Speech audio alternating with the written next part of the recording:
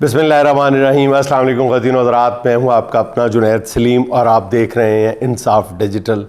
ناظرین، آج گفتگو شروع کرنے سے پہلے ایک انتہائی افسوسناک واقعے کا ذکر کرنا بہت ضروری ہے، اور ہمارے لیے وہ واقعہ اس لیے بھی مزید افسوسناک ہے کہ ہم رؤوف حسن صاحب کے میزبان تھے۔ وہ GNN اسلام آباد تشریف لائے تھے ایک انٹرویو کے لیے، اور اس گفتگو کے بعد جب وہ چینل سے باہر نکلے تو غالباً خواجہ سراؤں سے ان پہ حملہ کروایا گیا۔ اب ظاہر ہے کہ یہ حملہ کن لوگوں نے کروایا، کیوں کروایا، یہ اس ملک کا بچہ بچہ جانتا ہے۔ سمیع ابراہیم صاحب پر بھی اسی طرح حملہ کروایا گیا تھا۔ مقصد اس حملے کا صرف ایک تھا، ایک تو ظاہر ہے کہ ڈرانا، دھمکانا کسی نہ کسی انداز میں، جو اس حکومت کا پرانا وتیرہ ہے، اور یہ کسی بھی حد تک جانے سے گریز نہیں کرتے، پہلے بھی کئی بار عرض کیا ہے۔ اور ایک طرف قانون سازی کی جا رہی ہے منہ بند کروانے کے لیے، اور ایک طرف اس طرح کے حملے کروائے جا رہے ہیں۔ یہ ایک ٹپیکل طریقہ واردات ہے خواجہ سراؤں کے ذریعے حملہ کروانا، کہ اس کو تضحیک آمیز بنایا جائے، مزید تضحیک آمیز بنایا جائے۔ اس سے کسی کی تضحیک نہیں ہو سکتی حضور والا۔ اس سے جس بندے پہ آپ حملہ کرواتے ہیں اس کی شان میں کئی گنا اضافہ ہو جاتا ہے۔ جو اس ملک میں رول آف لاء کی بات کرتے ہیں، وہ اس بندے پہ جس کو آپ نے پٹوایا ہوتا ہے، اس کی شان میں اس کی 1 سینٹی میٹر بھی اس کے قد و قامت پہ کوئی نیچے کی طرف فرق نہیں پڑتا، اس کے قد و قامت میں اضافہ ہو جاتا ہے۔ لیکن جو حملہ کرواتا ہے اور جو یہ وتیرہ اور جو ٹیکٹکس استعمال کرتا ہے، اس پہ لوگ بہت بار یہ کرتے ہیں۔ تو خدا کے لیے یہ اب وارداتیں چھوڑ دیں۔ حکومت کو چاہیے کہ اس ایک واقعے کی تحقیقات کروا کے دیکھ لے شفاف انداز میں۔ میں اپنی عدالتوں سے درخواست کرتا ہوں کہ وہی اس کا سو موٹو نوٹس لے لیں، کیونکہ وہ ایک اس وقت پاکستان کی مقبول ترین جماعت کے ترجمان ہیں رؤوف حسن صاحب۔ ان کے ساتھ اگر اس انداز میں واقعہ پیش آتا ہے تو اس سے بڑھ کے اور کیا افسوسناک واقعہ ہوگا جو کسی قوم کے لیے باعث شرم ہو سکتا ہے۔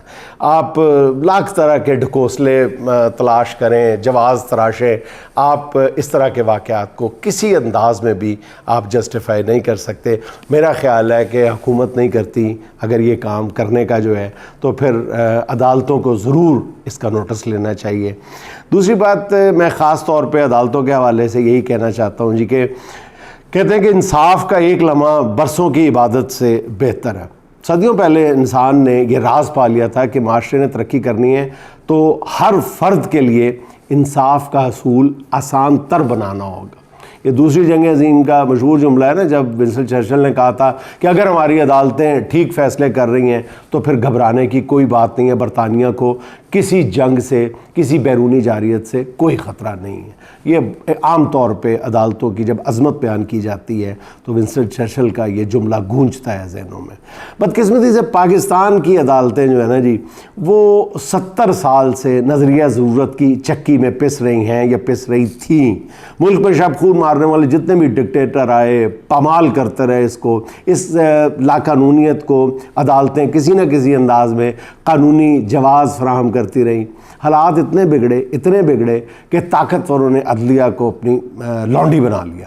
اس غیر اخلاقی ملاپوں نے ایسے سمپولیوں کو جنم دیا جو آج پھن پھیلائے خوفناک ناگ بن کے ریاست کے وجود کو ڈسے جا رہے ہیں۔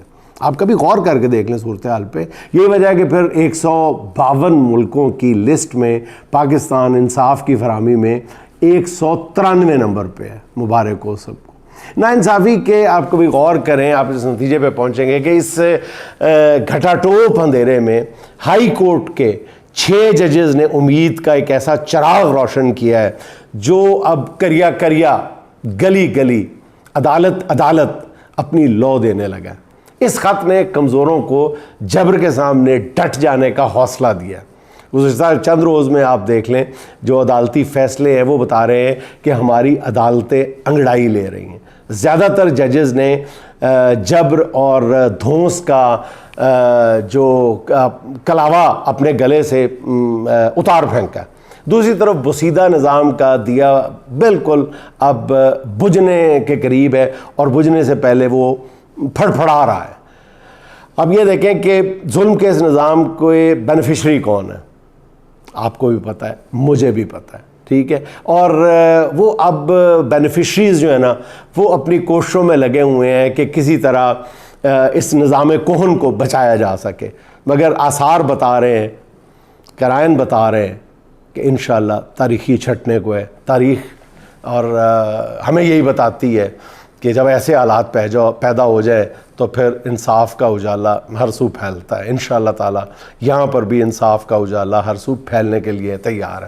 اب آپ اسلام آباد ہائی کورٹ کی جو ہے پروسیڈنگز دیکھ لیں پچھلے چند دنوں کے دوران, تو لگتا ہے کہ اسلام آباد ہائی کورٹ جو کچھ عرصہ پہلے تک جہاں پہ کسی حقدار کو انصاف نہیں مل رہا تھا, اب وہ انصاف کی فراہمی میں وہی اسلام آباد ہائی کورٹ سب سے آگے نظر آتی ہے. یہاں سے ہونے والے فیصلے جو ہیں پورے ملک کے منصفوں کے لیے حوصلے اور ہمت کا باعث بن رہے ہیں. آج اسلام آباد ہائی کورٹ کے آپ نے 3 رکنی جو لارجر بینچ تھا, اس نے عمران خان کے خلاف وہ جو ذکر کرتے ہوئے بھی کراہت آتی ہے, ابکائی آتی ہے, اس کیس کا ذکر کرتے ہوئے بھی ٹیریان وائٹ کیس کو اٹھا کے دفن کر دیا ہے اسلام آباد ہائی کورٹ نے. اور کیا لاجواب پروسیڈنگ تھی اسلام آباد ہائی کورٹ کی. اور یہ وہی کیس ہے نا جس کے فیصلے پہ اسلام آباد ہائی کورٹ کے ججز جو ہیں وہ ان کا اپنے چیف جسٹس جناب عامر فاروق کے ساتھ تنازع پیدا ہوا تھا, کیونکہ عامر فاروق صاحب کی سربراہی میں جو 3 رکنی بینچ تھا انہوں نے ایک کیس جو کئی ماہ تک سنا تھا اور اسے عمران خان کے خلاف سب سے زیادہ خطرناک کیس قرار دیا تھا. اور گزشتہ میرا خیال ہے کہ 10 مئی کو 3 رکنی بینچ نے 2-1 کی برتری سے غالباً اس کیس کو ناقابل سماعت قرار دے دیا تھا. اور اس کیس کا فیصلہ پھر ہائی کورٹ کی ویب سائٹ پہ بھی 2 ججز نے جاری کر دیا تھا. مگر چیف جسٹس عامر فاروق صاحب خوش نہیں تھے, انہوں نے اس کیس میں نیا بینچ بنانے کا اعلان کر دیا تھا اور 1 سال تک نیا بینچ تشکیل نہیں پا سکا تھا. افسوسناک صورتحال تھی. اور گزشتہ ہفتے 3 رکنی نیا جو بینچ تھا وہ تشکیل دیا گیا, جس نے آج میرا خیال ہے کہ چند منٹوں کی سماعت کے دوران جو ہے وہ گزشتہ سال بینچ کے فیصلے کی توثیق کرتے ہوئے کیس کو ناقابل سماعت قرار دے کر اڑا کے رکھ دیا. بہت ویسے افسوسناک ہے جو کچھ جس طرح حکومت اس کیس کو دھکا لگانے کی کوشش کر رہی ہے. ادھر حکومتی وکیل جو حامد شاہ صاحب تھے انہوں نے درخواست کی تھی کہ اس کیس میں 2-3 ہفتے کی تاریخ دے دی جائے, لٹکانا چاہتے تھے. یہ ٹیکٹکس ہوتے ہیں. مگر بینچ کے سربراہ جسٹس طارق محمود جہانگیری صاحب نے, وہ بھی چھائے ہوئے ہیں آج کل, مطلب تلے ہوئے ہیں, وہ بھی کسی پریشر میں آنے کے لیے تیار نہیں ہے جہانگیری صاحب.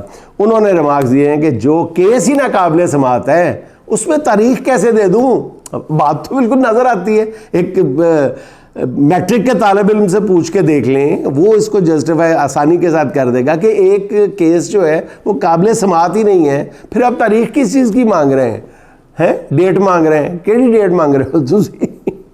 اچھا, پھر میں یہ سمجھتا ہوں کہ جو آج کا فیصلہ ہے خان صاحب کے مخالفین کے منہ پہ ایک اچھی خاصی زوردار چپیڑ لگی ہے, جس کی گونج میرا خیال انہیں کافی عرصے تک سنائی دیتی رہے گی. اور ایم کیو ایم اس کیس کو الیکشن کمیشن میں بھی لے کے گئی تھی اور الیکشن کمیشن نے بھی اس کو غالباً مسترد کر دیا تھا. اب اللہ کی شان کہیں کہ جن لوگوں نے اقدار کا قتل کیا ہے, اقتدار کی سیڑھیاں چڑھی تھیں, اقتدار کا مطلب کچومر نکال کے وہ اقتدار کی سیڑھیاں چڑھے تھے, جنہیں پورے ملک کے عوام نے 8 فروری کو دھول چٹا دی تھی, اور جنہوں نے پھر فارم 47 پر سوار ہو کے جعلی جیت کا توق گلے میں لٹکا رکھا تھا, وہ اب صحافیوں کو اصلی اور جعلی خبر کا فرق سمجھانا چاہتے ہیں. ماشاءاللہ ماشاءاللہ.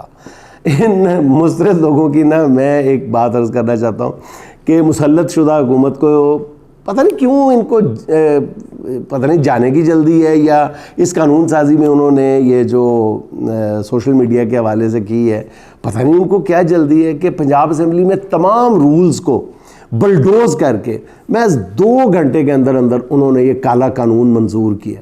یہ جو سوشل میڈیا اور میڈیا مین اسٹریم میڈیا کے خلاف ہے. لوگ چیختے رہ گئے, صحافتی تنظیمیں چیختی رہ گئیں, بڑی تنظیمیں بولتی رہ گئیں, اپوزیشن کی چیخ و پکار انہوں نے نہیں سنی. وہ طے کر کے آئے ہوئے تھے کہ جو کرنا ہے وہ کرنا ہے.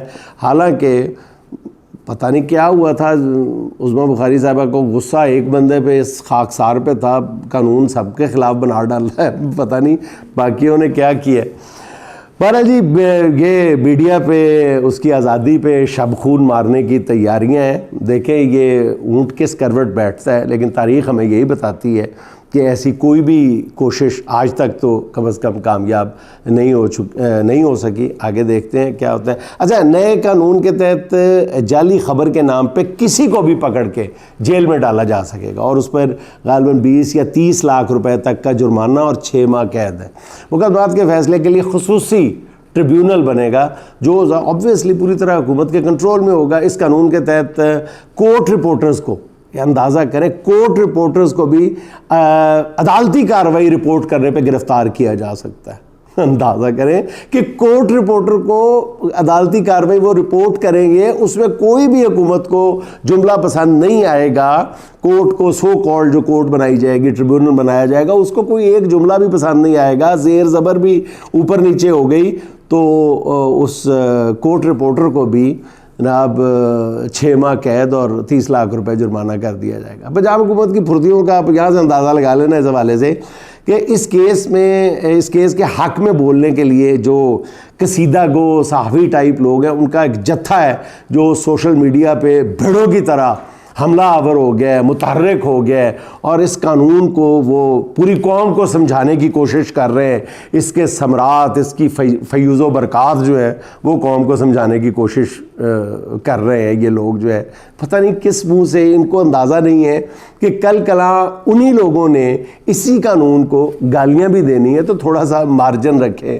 وہ یاد آ جاتا ہے کہ کتنی ہمدردی جتانے آئے ہیں, گہری خندق میں گرانے آئے ہیں, کتنی ہمدردی جتانے آئے ہیں, گہری خندق میں گرانے آئے ہیں, خالی کر کے آپ پورا میں قدا میری مہنوشی چھڑانے آئے ہیں, کچھ پاگل متحد ہو کر عدم مجھ کو دانائی سکھانے آئے ہیں. اچھا, پھر معاملہ ہے جی سائفر کیس میں ایک نئی شرمندگی حکومت کے سامنے آ کھڑی ہوئی ہے آج, اور یہ ایسا بیہودہ اور بے بنیاد کیس تھا جو عمران خان پہ بنایا گیا تھا کہ عدالت کے 2 ججز نے اس کیس کے ساتھ سرکاری وکیل کی بھی دھجیاں اڑا کے رکھ دی.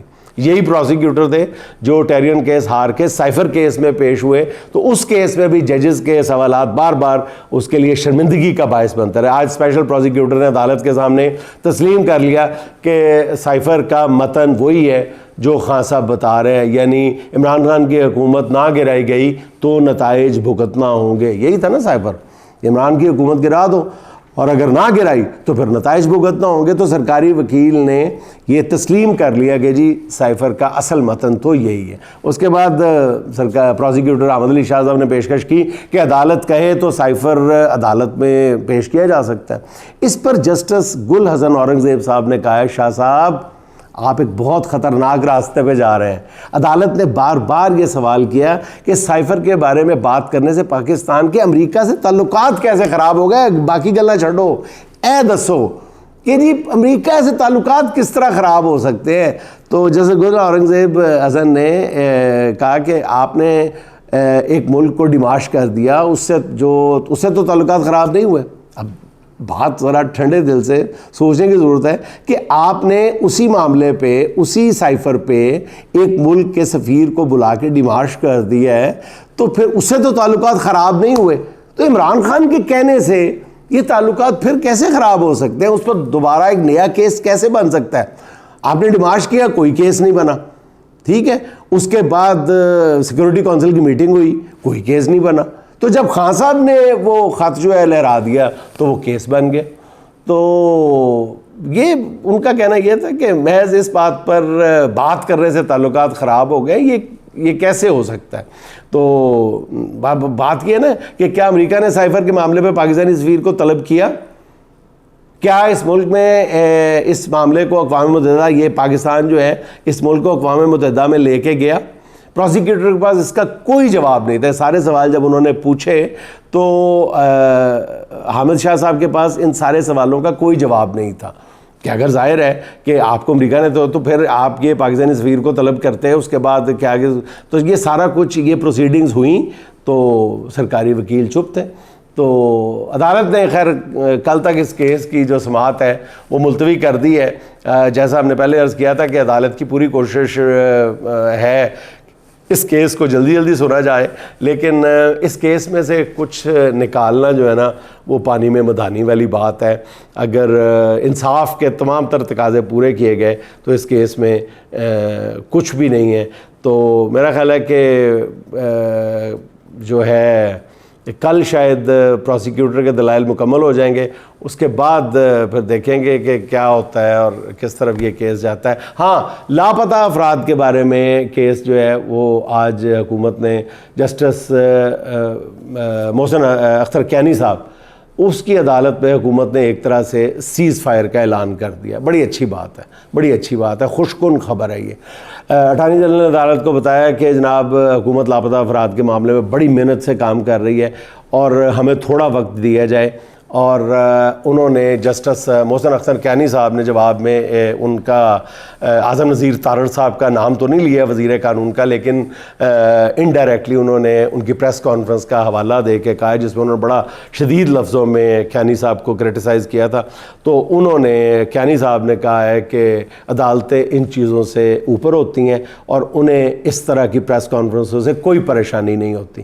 عدالت نے پھر یہ جو لاپتہ افراد کا کیس تھا یہ 2 ہفتے کے لیے ملتوی کر دی ہے. اور ناظرین, اس کے ساتھ ہی آج کی چھوٹی سی بات یہ ہے کہ دھوکہ ہے ایک فریب ہے منزل کا ہر خیال, دھوکہ ہے ایک فریب ہے منزل کا ہر خیال, سچ پوچھئے تو سارا سفر واپسی کا ہے, سچ پوچھئے تو سارا سفر واپسی کا ہے. ناظرین خوش رہیں, خوش رکھیں. آپ کے ساتھ ملاقات ہوگی انشاءاللہ اگلے ولاگ میں. اللہ حافظ.